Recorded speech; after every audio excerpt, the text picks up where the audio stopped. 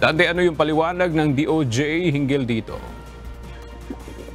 Magandang tanghali aga, sinabi ni Justice Secretary Crispin Rimulya hindi kasi season o panahon ng biyahe ng cruise ships o mga pampasayarong barko nang napabalita ngang umalis ng bansa si dismissed Mayor Alice Go. Bunsod na rin ito ng malakas umanong alon sa dagat. Ito ang sagot ni Rimulya nang tanungin hinggil sa impormasyon na maaari umanong sumakay ng cruise ship si Go palabas ng Pilipinas. Lately kasi, there have been no cruise ships. It's not season for cruise ships now because the sea is very rough. The seas are very rough in this day and age. Ang mandato nga ng DOJ sa Bureau of Immigration ay pag-aralan ang mga nalabag na batas tulad sa Passport Act.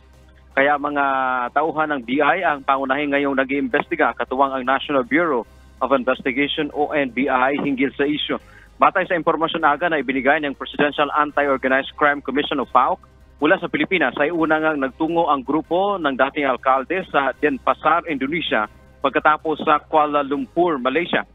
Ito nakuna ng larawan o ibinigay ng PAOK na galing umano sa kanilang source na handang magpapatotoo na yun nga si dating Mayor Alice Go.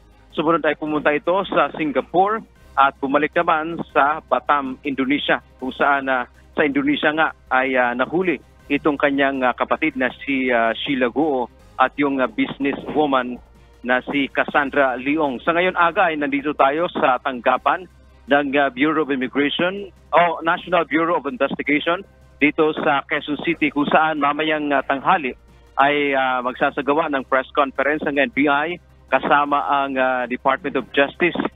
At ang nabanggit pa din sa atin ng DOJ, mamayang alas 2 ng hapon ay magkakaroon ng inquest proceedings dito kay Cassandra Leong na ngayon ay kabilang sa nandito sa kustodiya ng NBI. Yan mo ang ating update mula dito sa Quezon City. Balik sa iyo, Aga. Maraming salamat, Dante Amento.